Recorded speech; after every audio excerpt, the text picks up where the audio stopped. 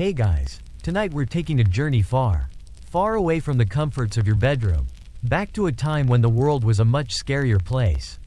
Imagine yourself in the heart of a medieval forest, the kind where the trees are so thick their branches tangle into a canopy that swallows the moonlight whole. The air is damp, smelling of wet earth and ancient moss. Every snap of a twig, every rustle in the underbrush, feels like a threat, and to be fair, it probably is. This isn't the kind of forest with friendly squirrels and sun-dappled paths. This is the kind of forest where the creatures that live here aren't just wildlife, they're the stuff of whispered warnings and frantic prayers. You clutch the rough wool of your tunic, your breath clouding in the cold air, and you know, deep in your bones, that if you get lost out here, you probably won't survive until morning. So, before you get comfortable, take a moment to like the video and subscribe, but only if you genuinely enjoy what I do here. If you're already in bed, maybe let me know your location and the time in the comments so we can all drift off together. Now, dim the lights, maybe turn on a fan for that soft background hum, and let's ease into tonight's journey together. You feel the cold seep through your thin leather boots as you trudge along the muddy path. A path that twists and turns as if it has a mind of its own. It's hard to shake the feeling that you're being watched. And in the medieval world, you probably are. You see, the landscape itself was thought to be alive with a kind of disturbing magic.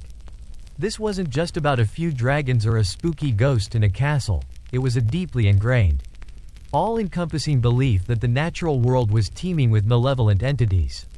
People didn't just fear wild animals, they feared worms, which were serpentine dragons that supposedly lurked in bogs and dark caves, guarding ancient treasures with poisonous breath.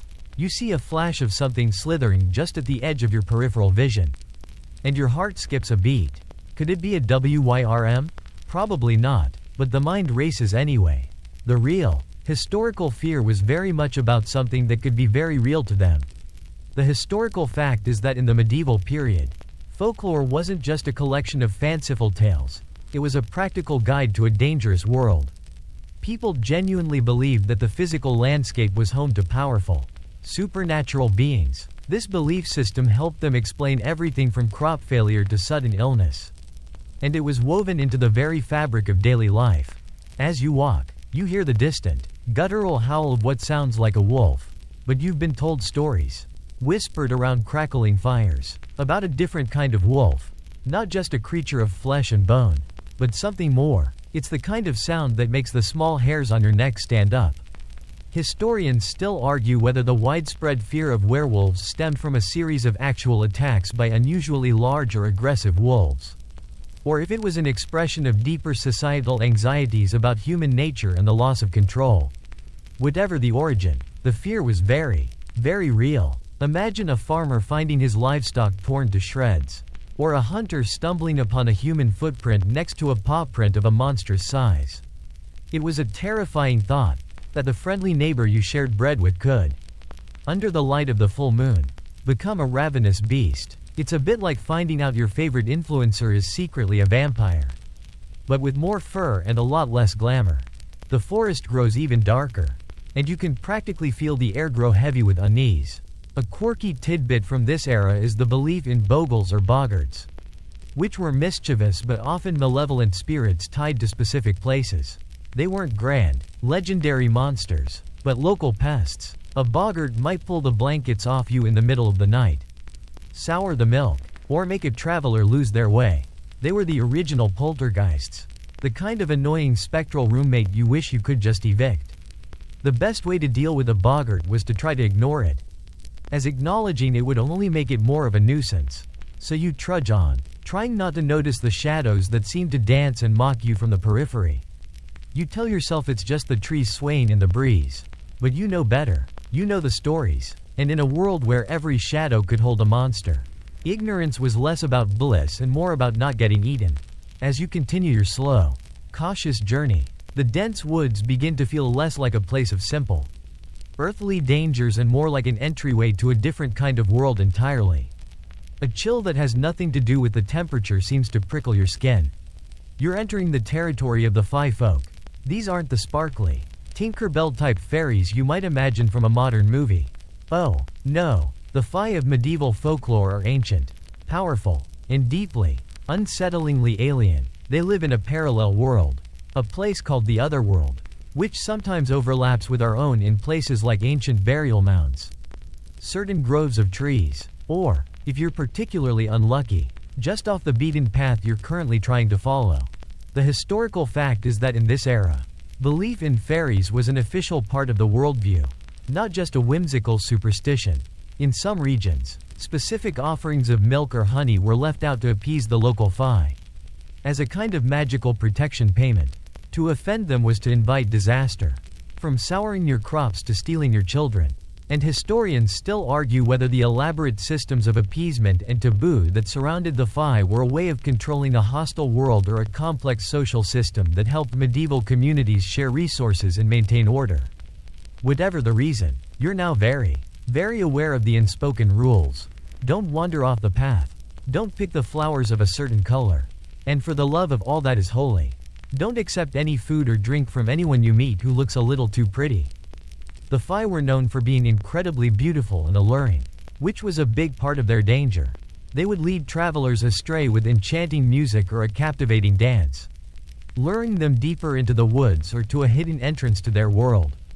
If you were foolish enough to follow, you might find that minutes in their world were years in your own, and you'd return to find your family long dead and your village a forgotten ruin. This time-slipping ability is a common, and terrifying, feature of fae folklore. A quirky tidbit is the legend of the pixie lead, a state where a person would become disoriented and lost, walking in circles for hours. This was believed to be the work of mischievous pixies, and the only way to break the spell was to turn your coat inside out. It's a bit like when you lose your keys and you find them by just walking away and coming back, but with more magical shenanigans and a higher risk of being eaten. As you navigate a particularly twisty section of the path, you recall a story told by an old woman in your village. She said the fae had a particular fondness for causing trouble at weddings. If a bride-to-be didn't wear a specific herb or charm, the fae might steal her away to their kingdom, or worse, replace her with a magical doppelganger. It was a perfect storm of anxiety for a society where marriage and lineage were everything. And if the fae didn't steal a person, they might simply curse them with a lifetime of bad luck or a physical ailment. They were capricious, unpredictable, and entirely amoral. They weren't evil in a devilish way. They were just indifferent to human suffering and found our struggles and sorrows endlessly entertaining. You hear a faint, silvery laugh echoing through the trees ahead. It's a sound that is both beautiful and utterly chilling. It's the kind of laugh that doesn't belong in a human mouth. You instinctively pull your hood a little lower and quicken your pace, your heart thumping a nervous rhythm against your ribs. You know this is not a time for curiosity. The best case scenario is that you're just hearing things. The worst case scenario is that someone, or something, is trying to entice you to come and play. And you really don't want to play with the fae. As you put a little more distance between you and that unnerving, silvery laugh, you start to feel a shift in the air. The forest doesn't feel as much like a place of raw, wild, natural magic anymore. Now, it feels tainted, twisted. You're walking into the domain of human malice and the dark arts, the world of witches. These weren't just the wise herbalists of popular modern fiction. In the medieval mind, a witch was a person who had willingly given themselves over to a dark power, usually the devil himself, to gain supernatural abilities. These abilities were used for one thing, and one thing only: to cause harm. The historical fact is that the fear of witchcraft was a widespread and deeply serious societal concern. The belief in witches led to real, horrific consequences, including torture and execution. In fact, many historians believe that the fear of witches and their influence was a reflection of the deep-seated anxieties people had about their own neighbors. When a cow went dry, a child fell ill, or a storm destroyed a harvest, it was often easier to blame a solitary, eccentric old woman on the edge of town than to accept the harsh, unpredictable reality of medieval life. It was a perfect scapegoat for all the world's problems, which, makes a sort of twisted sense. You pass by a small, dilapidated cottage, its roof caving in and its windows dark and empty. You shiver, imagining the kind of rituals that might have taken place within its walls. The stories you've heard are endless and horrifying. A witch might use a lock of your hair to create a spell that would make you fall desperately in love with them. Or, if you really tick them off, one that would cause a wasting disease to slowly consume you. This belief in sympathetic magic, the idea that you could influence someone or something by using a part of them or something that resembled them, was a central tenet of medieval witchcraft. A quirky tidbit is the belief in witches' familiars, which were small, often mundane animals like cats, toads, or mice that were said to be the witch's supernatural companions and spies. These familiars were believed to have been given to the witch by the devil himself, and they were often seen as a sign that someone was practicing dark magic. So that cat sleeping by the fire? It might be working for the devil. Just something to think about. The fear of witches wasn't just about their ability to curse you. It was about their supposed ability to control the very elements. They were blamed for conjuring up hailstorms to ruin crops, for stirring up winds to sink ships, and for creating plagues to decimate populations. A storm isn't just a storm, my friend. It's an act of deliberate, supernatural malice. It's a bit like when your Wi-Fi goes out and you immediately blame the neighbors for hogging all the bandwidth, but with a more demonic flair. Historians still argue whether the folklore surrounding witchcraft was a way to enforce social conformity and punish those who didn't fit in, or if it was a genuine reflection of people's beliefs and fears about the spiritual world. Whatever the truth, the paranoia was real. You can imagine a medieval town filled with whispers, with neighbors watching each other, their minds filled with suspicion. You pass a gnarled, ancient tree, its branches twisted into a grotesque shape, and you can't help but think of the tales of witches who would meet under such trees to perform their dark rituals. The air around it feels heavy and thick, and you quicken your pace. A sudden, urgent need to be somewhere else, anywhere else, washing over you, leaving the oppressive feeling of the witch's cottage behind. You find yourself on a path that leads toward an old, dilapidated graveyard, its crumbling stone wall barely visible in the deepening gloom. The air grows even colder here, but this is a different kind of chill than the one you felt in the Fies territory or near the witch's lair. This is the cold of unliving stillness, the lingering presence of those who aren't quite gone. You're now on the threshold of the world of ghosts, ghouls, and restless spirits. The historical fact is that in medieval Europe, the line between the living and the dead was thought to be thin and porous. Ghosts weren't just spooky stories to tell around a fire, they were a tangible, terrifying part of the spiritual landscape. They were believed to be the souls of people who had died suddenly, or violently, or who had committed great sins and were now trapped in a state of purgatory.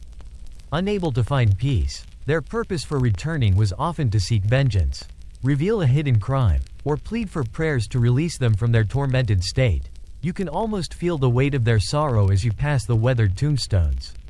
Their names long faded into the stone. The medieval imagination populated the night with a terrifying variety of spectral beings. There were the classic ghosts, shrouded figures who would wail and moan, their presence marked by a sudden drop in temperature. But then there were the more disturbing variants. You've heard tales of the Revenant, a ghost that returns to exact revenge on the living. Unlike a phantom that you can walk through, a revenant was a reanimated corpse, often of someone who died a violent or unjust death, that could physically interact with the world, tearing down houses or attacking people who had wronged them in life. It's the kind of thing that makes you want to build a very tall fence around your cemetery.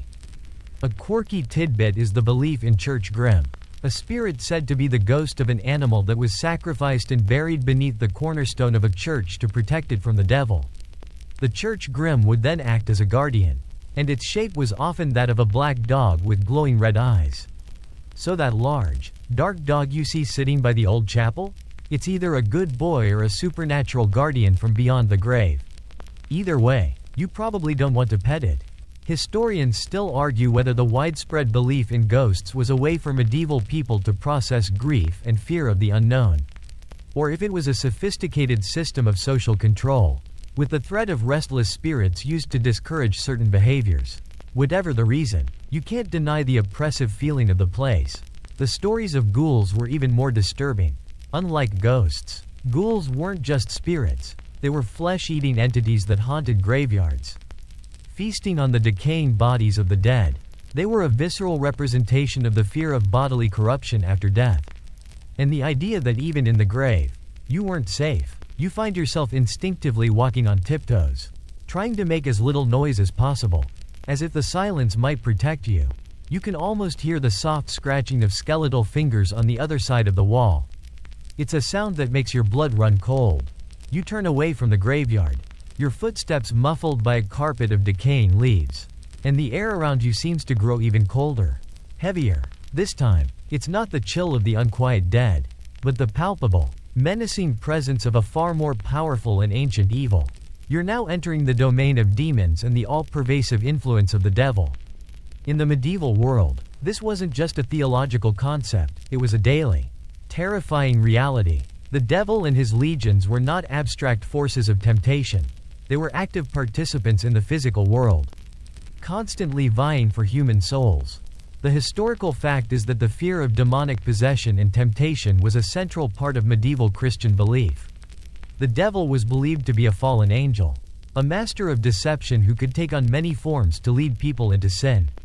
His demons were his foot soldiers, each with a specific purpose. From tormenting the righteous to causing illness and despair, it was a cosmic battle. And you, a simple medieval peasant, were caught in the crossfire.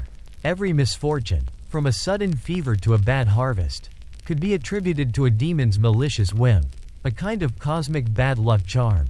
You pass a small, crumbling cross carved into a tree, a desperate, superstitious attempt to ward off the encroaching darkness. You've heard the stories of how a person might become possessed. It could be from a moment of weakness, an unholy thought, or, in some of the more dramatic tales, from a demon simply choosing you for a bit of fun. A possessed person might speak in a strange language, have unnatural strength, or know secrets they couldn't possibly know. It's the ultimate loss of control, and it's a terrifying thought. A quirky tidbit is the belief in incubi and succubi, which were demons that would visit people in their sleep. An incubus was a male demon that would prey on sleeping women, and a succubus was a female demon that would prey on sleeping men. These encounters were not only seen as acts of sin but were also blamed for the birth of supernatural offspring. It makes your average night terrors seem, a lot more manageable. Historians still argue whether the widespread fear of the devil and his demons was a theological tool used by the church to maintain power and enforce moral codes, or if it was a genuine and deeply held belief that reflected the anxieties of an era with little understanding of disease or mental illness. Whatever the case, you can feel the oppressive weight of this belief system. You imagine the constant vigilance required to avoid sin, to say the right prayers, and to be ever watchful for signs of the devil's influence. It's a bit like trying to navigate the modern internet without ever clicking on a suspicious link, but with a much higher stake. As you walk, the air seems to hum with an unseen energy, and you can't help but think of the tales of demonic pacts. A person, desperate for wealth, power, or love, might sign their soul away to the devil in exchange for their heart's desire. The thought is both tempting and utterly horrifying. You clutch a small, worn crucifix hanging from a leather thong around your neck, not as a symbol of your faith, but as a magical, protective amulet, a final line of defense against the unseen, malevolent forces that are gathering in the gloom. Leaving the oppressive gloom of the demonic presence behind, you find yourself at the mouth of a dark cave, a gaping maw in the side of a craggy hill. A cold breeze wafts from within, carrying a strange, metallic scent. This is the kind of place where something truly ancient and monstrous might live. You're now in the territory of dragons and other great beasts of folklore. These aren't the friendly, talkative dragons of modern fantasy. Oh, no. In the medieval world, a dragon was a symbol of pure, unadulterated evil. They were destructive forces of nature, embodiments of greed and chaos. The historical fact is that in medieval Europe, dragons were seen as very real creatures, albeit rare. The stories of knights and saints slaying dragons were not just allegories, they were seen as triumphs of good over evil in a tangible, physical sense. Dragons were often associated with pestilence and famine, believed to have poisoned the land and its waters. To slay one was to purify the countryside, to make it safe again for human habitation. You imagine a heroic knight, his armor gleaming, facing down a scaly behemoth with little more than a sword and a lot of courage. It's a classic tale, but for a good reason. You hear a low, rumbling sound coming from deep within the cave. A sound that feels less like a rockslide and more like a warning. A quirky tidbit from this era is the belief that dragons, much like a magpie, had a penchant for collecting treasure. This wasn't just gold and jewels, it could be anything shiny. From a silver spoon to an ornate piece of a chalice. The more sinister belief, though, was that the dragon's hoard wasn't just a collection of loot, but a magical storehouse of ill-gotten gains that strengthened the dragon itself. So, if you were a brave, or foolish, adventurer, you had to not only face the beast but also break its hold over its cursed treasure. It's the kind of thing that makes you think twice about raiding your rich neighbor's cellar. Even if you're a professional thief. Historians still argue whether the widespread dragon myths were inspired by the discovery of dinosaur fossils, which, to a medieval person, would look like the bones of a giant lizard, or if they were symbolic representations of the untamed wilderness and the destructive forces of nature that plagued early communities. Whatever the origin, the fear was very, very real. You've heard the stories of villages being decimated by a dragon's fiery breath, of brave warriors being turned to ash in a single careless moment. The dragon was the ultimate predator, a beast that could fly, breathe fire, and armor that was impervious to anything but the most blessed of weapons. You shudder, not just from the cold seeping out of the cave, but from the sheer power that such a creature would possess. As you back away from the mouth of the cave, you recall another type of great beast, the cockatrice, not as famous as the dragon, but arguably more unsettling. It was a serpent-like creature with the head of a rooster that was said to hatch from a rooster's egg. Which, you know, is a whole other kind of weird. The cockatrice's breath was poisonous, and its gaze could turn a person to stone. It was a creature so terrible that even its own shadow was said to be deadly. You quickly look away from the cave and decide that today is not the day for any form of archaeological exploration. As you leave the dragon's lair and the suffocating sense of ancient evil, the path you're on begins to feel more and more like a tightrope between two worlds, the human and the animal. The air is filled with a new kind of dread, the kind that comes from the violation of natural order. You're now in the unsettling world of werewolves, shapeshifters, and lycanthropy. This isn't about some Hollywood special effect. This is a core fear of the medieval mind, the fear that your neighbor, your friend, even a member of your own family, could be a ravenous beast in human form. The historical fact is that the belief in werewolves was widespread and deeply rooted in both folklore and, at times, what was considered scientific and theological thought. It was believed that a person could become a werewolf through a demonic pact, a curse, or even by simply being born with a specific mark. The most common belief was that the transformation happened under the light of the full moon, turning a person into a monstrous, vicious wolf with no human consciousness. You can imagine the terror in a small village when a series of livestock attacks coincides with the phases of the moon. It was a terrifying, and very real, possibility. You hear a distant howl, a sound that is both a wolf's cry and something else entirely, a sound with a mournful, human quality to it. A quirky tidbit is the belief in a specific type of wolf belt. It was said that a person could transform into a werewolf by simply donning a belt made of wolfskin. This was a classic piece of sympathetic magic, where wearing the skin of an animal would grant you its powers and, in this case, its monstrous nature. It was a surprisingly mundane way to become a literal monster, like finding a cursed sweater that turns you into a tax accountant. Historians still argue whether the werewolf myths were a way to explain violent and irrational behavior in a pre-psychological era, or if they were a form of societal anxiety about outsiders and those who didn't fit into the community's norms. Whatever the case, the stories were rich with detail. A werewolf, unlike a normal wolf, was said to have a human's cunning and malevolence. It would actively seek out human prey and often preyed on its own family members. It was a perfect horror story, one that took the safety of your own hearth and turned it into a place of mortal danger. The only way to kill a werewolf was to strike it while in its human form or, in some tales, to use a silver weapon, which was believed to be a purifying element. You quicken your pace, a sudden, urgent need to be out of the woods and in a place with a fire and a lot of light. The rustling in the bushes to your left makes you jump, and you clutch the small dagger at your belt, knowing that it's probably just a squirrel, but also knowing that it could be something much, much worse. The fear is in the uncertainty. The fear is that the thing hunting you looks just like you, but with a different kind of hunger in its eyes. You emerge from the thick woods onto a desolate, wind-swept heath, the ground marked by a series of makeshift graves. The air here doesn't just feel cold, it feels sick. This is a different kind of fear, not of a specific monster, but of an invisible, creeping terror. You're now in the unsettling world of plague folklore, a time when death wasn't a stranger, it was a constant and malevolent presence. The Black Death, which ravaged Europe in the mid-14th century, wasn't just seen as a natural disaster. It was a supernatural event, an act of God, a curse, or even the deliberate work of dark forces. The historical fact is that the Black Death was one of the most devastating pandemics in human history, killing an estimated 75 to 200 million people. But to a medieval person, with no knowledge of germs or viruses, the plague was an incomprehensible and terrifying phenomenon. They tried to make sense of it through folklore, creating a tapestry of bizarre and horrifying superstitions. You see a small pile of burnt herbs, a futile attempt to purify the air and ward off the disease. It's a poignant reminder of how desperate people were to find a solution. Any solution to a problem they couldn't even see. You've heard the stories, whispered in fear-choked tones.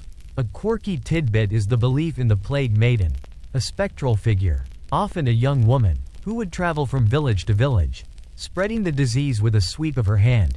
Her presence was often preceded by the smell of decay or a sudden chill. It was a terrifying, personified version of the plague itself, a monster that looked human but brought with it an unstoppable wave of death. It's a bit like a modern-day zombie, but with a lot less shuffling and a lot more existential dread. Historians still argue whether the bizarre rituals and folklore that sprang up around the plague were a form of psychological coping, a way for people to feel a sense of control in an uncontrollable world, or if they were a manifestation of a deeper, societal panic. Whatever the reason, the practices were often strange and sometimes harmful. People would whip themselves in public processions, believing that self-punishment would appease God and spare them from the plague's wrath. Others would turn on their neighbors, blaming outsiders or marginalized groups for the disease's spread. It was a time of immense suffering, but also of immense paranoia and cruelty. You feel a sudden urge to cough, and your heart leaps into your throat. You quickly suppress it, knowing that a single cough could earn you a suspicious glare from a passing traveler. Or worse, the air feels heavy with the weight of so many unburied dead, so many lost souls. You see a lonely house, its door marked with a large red cross, and you know, with a chilling certainty, that the people inside have either died or are about to. The world of plague folklore is a world where trust has eroded, and where every person is a potential carrier of an invisible, demonic evil.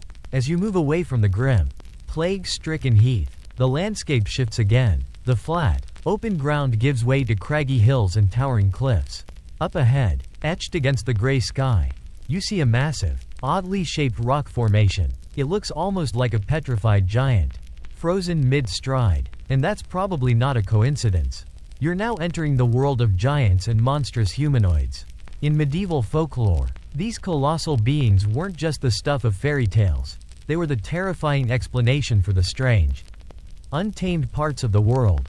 The historical fact is that the belief in giants was deeply embedded in the medieval imagination, often used to explain large-scale geological features like mountains, valleys, and colossal stone formations. They were the original architects of the landscape, but not by design, by their sheer, brutish scale. People believed that the bones of these giants could still be found, often mistaking the bones of ancient mammoths or other prehistoric creatures for the remains of a great, long-dead giant. It's a bit like seeing a particularly large log in the forest and assuming it's the remains of a fallen tree monster. You hear a low groan that echoes through the hills, a sound that shakes the very ground beneath your feet. A quirky tidbit is the belief in the Yeti or Bigfoot of the medieval world, which were often called woodwoses or wild men. These were not giants, but large, hairy, ape-like humanoids that were said to live in the deep, untouched parts of the forest. They were thought to be creatures of raw, untamed nature, living outside the bounds of human society. They were a perfect representation of the fear of the wilderness and of humanity reverting to a more primal Animalistic state. The thought of a woodwose, a kind of bestial hermit, lurking just out of sight, is a chilling one. Historians still argue whether the giant myths were a way to make sense of the vast, unknown world and its impressive geography, or if they were symbolic representations of a society's fear of the powerful and uncontrollable forces of nature. Whatever the origin, the giants of folklore were not benevolent. They were often cannibals, preying on human travelers, and their strength was such that they could uproot trees and hurl massive boulders with ease. They were the ultimate test of a hero, and the thought of facing one alone in the wilderness is enough to make anyone's blood run cold. You instinctively find a place to hide behind a large boulder, your heart thumping a nervous rhythm against your ribs. You imagine a towering figure lumbering over the hills, its footsteps a percussive beat of impending doom. It's a reminder that no matter how much you try to control the world around you, there are still forces, living or otherwise, that are simply too big and too powerful to comprehend. You leave the stony, rugged territory of the giants behind, and the air around you grows heavy with the scent of salt and spray. The path you've been following winds down to a black, pebbled beach, where the rhythmic crash of waves against the shore is a constant, hypnotic sound. The ocean stretches out before you, a vast, unknowable expanse. You're now entering the terrifying world of sea and water folklore. In the medieval mind, the ocean wasn't just a place of commerce and travel, it was a living, breathing monster, filled with a pantheon of horrifying creatures. The historical fact is that for a society that relied heavily on maritime trade and fishing, the sea was an incredibly dangerous and unpredictable place. With no scientific understanding of tides, currents, or deep-sea life, people turned to folklore to explain the unexplained. A sudden storm that sank a ship wasn't just bad weather, it was the work of a vengeful god or a malevolent sea creature.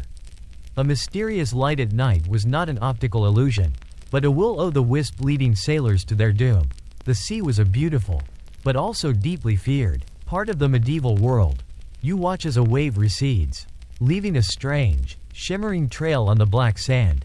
You've heard the stories of the Kraken, a legendary cephalopod of monstrous size that was said to pull entire ships down to the ocean's depths. It was the ultimate metaphor for the ocean's raw power and its indifference to human life.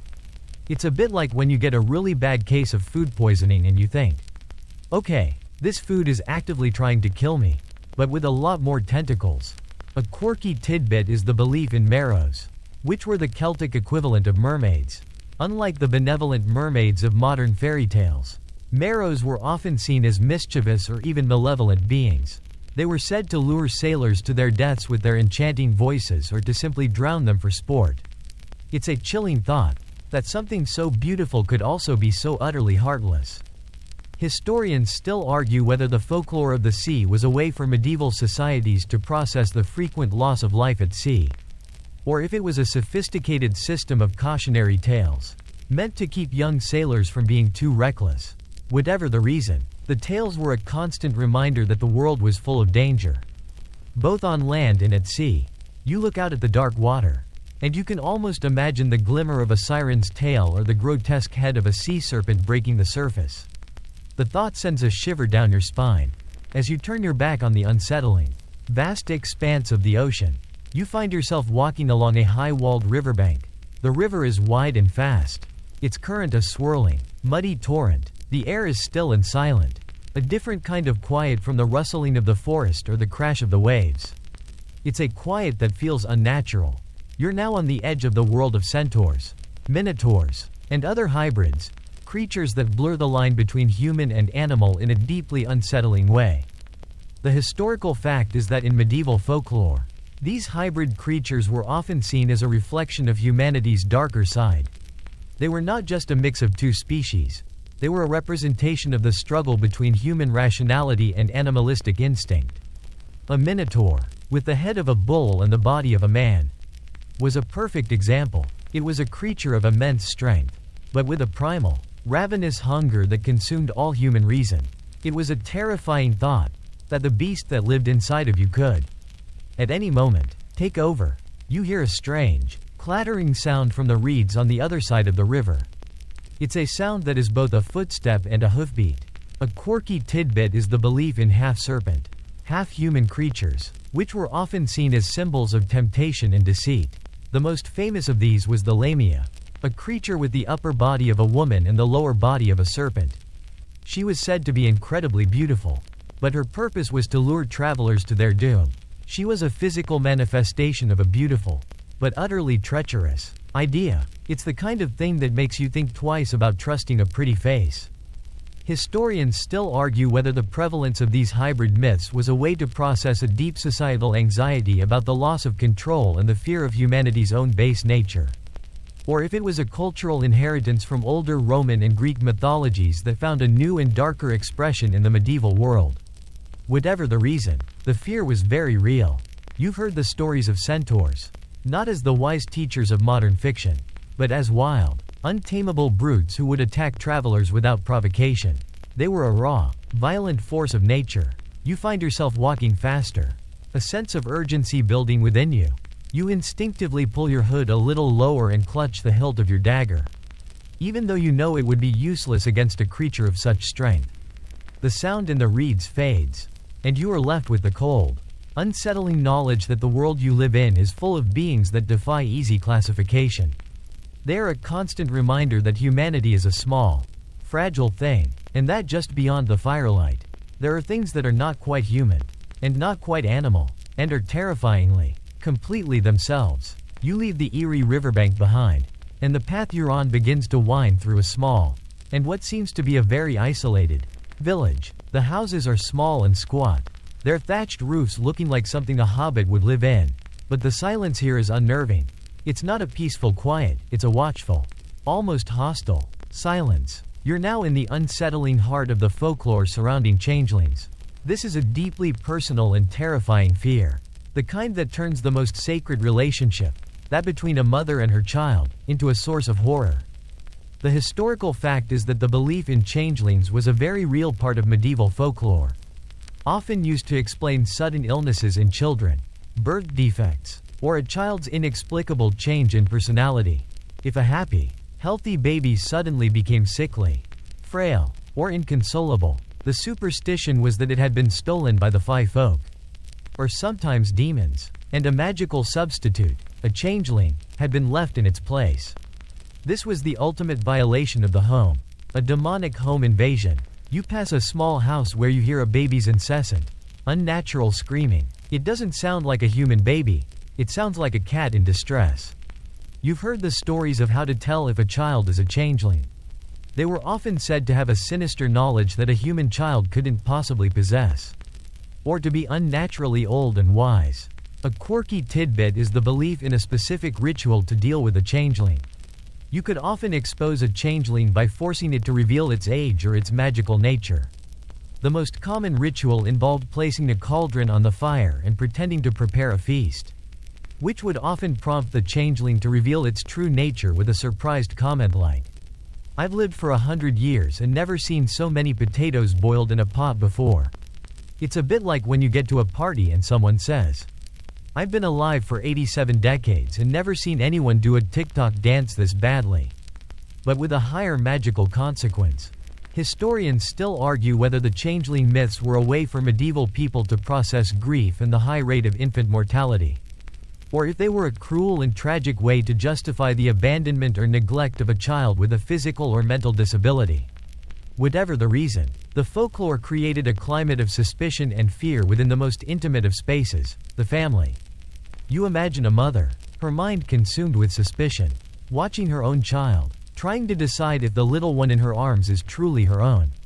It's a terrifying, heartbreaking thought. You quicken your pace, a sudden, urgent need to be out of the village washing over you. The thought of something so precious being corrupted by a dark, magical influence is too much to bear. It's a reminder that not all monsters are big and scaly. Sometimes, the most terrifying monsters are the ones that wear the face of the people we love the most. Leaving the unsettling silence of the village behind, you find yourself on a rocky, winding path that leads into a series of jagged ravines. The air here is filled with the sound of trickling water and the chittering of unseen things. You have a sudden, overwhelming feeling that you are being watched by many small, beady eyes. You're now in the mischievous and malevolent world of goblins, imps, and other mischievous folk. These aren't the grand, world-ending monsters of folklore, but the petty, cruel, and often very annoying ones. The historical fact is that in medieval folklore, these smaller creatures were often seen as a constant nuisance, a reflection of the small, everyday misfortunes that plagued people's lives. They were blamed for everything from a misplaced tool to a spoiled batch of ale. They were the original gremlins, the kind of creatures that would hide your keys and then laugh at you when you couldn't find them. You can almost feel their presence, a series of unseen pokes and prods. You hear a strange, high-pitched giggle from a small cave up ahead. A quirky tidbit is the belief in the brownie, a household spirit, but unlike the benevolent, helpful brownies of modern folklore, the medieval brownie was a temperamental creature. If you treated it well, it would do your chores for you. But if you offended it, it would turn malicious, causing chaos and bad luck. It was a kind of a magical roommate with a very short fuse. It's the kind of thing that makes you think twice about leaving your socks on the floor. Historians still argue whether the folklore of these smaller creatures was a way for medieval people to explain the unpredictable nature of daily life, or if they were symbolic representations of the anxieties about the natural world and the unseen forces that were at play within it. Whatever the reason, the fear was very real. You've heard the stories of imps, small, devil-like creatures that were often said to be the servants of witches and other dark sorcerers. They were believed to be mischievous but could also be incredibly cruel, tormenting people with petty torments. You feel a sudden, sharp pinch on your ankle, and you look down, but there's nothing there. You instinctively rub the spot and quicken your pace. The shadows around you seem to twist and stretch into grotesque shapes, and you can almost hear 100 tiny, high-pitched voices whispering your name. The fear is not that you will be eaten or killed, but that you will be tormented, driven mad by a series of small, relentless cruelties. You finally stumble out of the rocky ravines and onto a narrow, uneven country road, a road that feels older than the stones that pave it. As you walk, the sense of overarching, generic folklore begins to fade, replaced by a more granular, specific kind of terror. You're now in the world of local legends and regional quirks, where the monsters aren't universal boogeymen but hyper-specific, terrifying beings that are unique to a single village or a particular stretch of land. This is where folklore gets personal. The historical fact is that in the medieval world, local folklore was incredibly important. With limited travel and communication, a community's worldview was often shaped by the stories passed down from one generation to the next. Stories that were tied to a specific landmark, a particular family, or a tragic historical event. A river with a strong current wasn't just dangerous, it was home to a malevolent water spirit. A field with a poor harvest wasn't just infertile, it was cursed by a creature that fed on the life of the crops. You pass a small, ancient well, its stones covered in a thick layer of green moss. You've heard the stories of the Pusalot, a water spirit said to live in the deepest parts of this specific well. It was said to be a beautiful young woman who would lure travelers to their doom with a promise of fresh water. But if you drank from the well, you would become lost in a waking daze, and the Pusalot would feast on your soul. It's a bit like when you find a website that promises free music and you end up with a virus, but with a more demonic flair and a lot less pop music. A quirky tidbit is the belief in the redcap, a murderous gnome-like creature that was said to live in ruined castles and forts. Redcaps would murder travelers and then dye their hats in their victims' blood.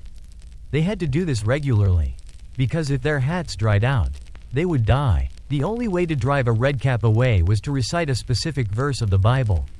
It's a very specific, and very bloody, kind of a monster. It's not just a legend, it's a threat that is tied to a real, physical location. Historians still argue whether the hyper-specific nature of these local legends was a way to maintain social control and discourage people from wandering into dangerous areas, or if they were a genuine reflection of people's attempt to make sense of the unique dangers of their environment. Whatever the case, you feel a new kind of dread. You can't just avoid the woods or the water. Here, the monster is tied to a specific place, a specific tree, a specific well. The world is no longer just scary, it's personally and geographically terrifying. You finally reach the end of the road, the last flicker of daylight fading from the sky. You stand on the crest of a hill, looking out over a world that you now see in a completely different light.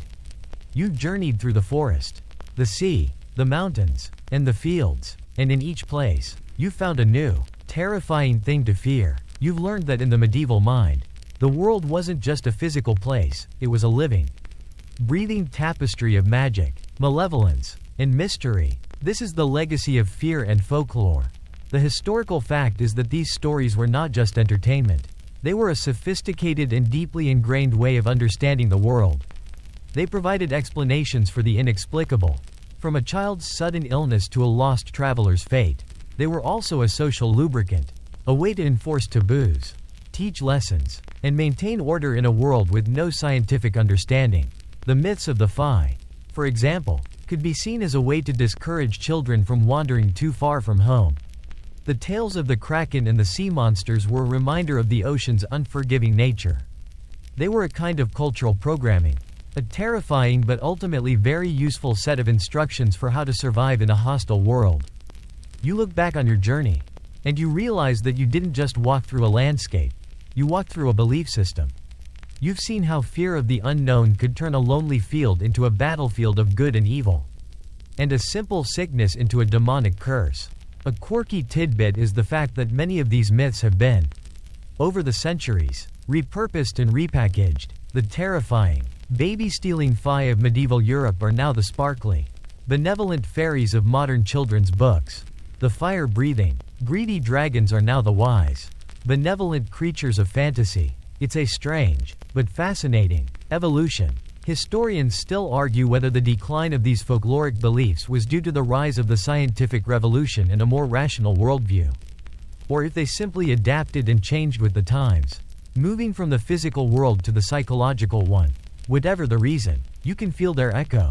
You see a shadow shift in the periphery, and for a moment, you wonder if it's just the darkness, or if it's a boggart, or something else entirely. You've become conditioned to see the monster in the mundane. The air begins to grow still. The wind that has been a constant companion on your journey slows to a soft breath, a gentle exhalation. The distant sounds of the forest, the snap of a twig, the hoot of an owl, no longer feel like a threat. They feel like a lullaby. The darkness that once felt oppressive now feels like a warm, soft blanket. Your body feels heavy, your eyes feel tired, and your mind, so full of monsters and magic, begins to quiet. The unsettling world of medieval folklore, with all its terrors and all its wonders, begins to recede. It feels less like a journey and more like a story that is coming to a close. The monsters are still there, in the back of your mind, but they are no longer in the physical world.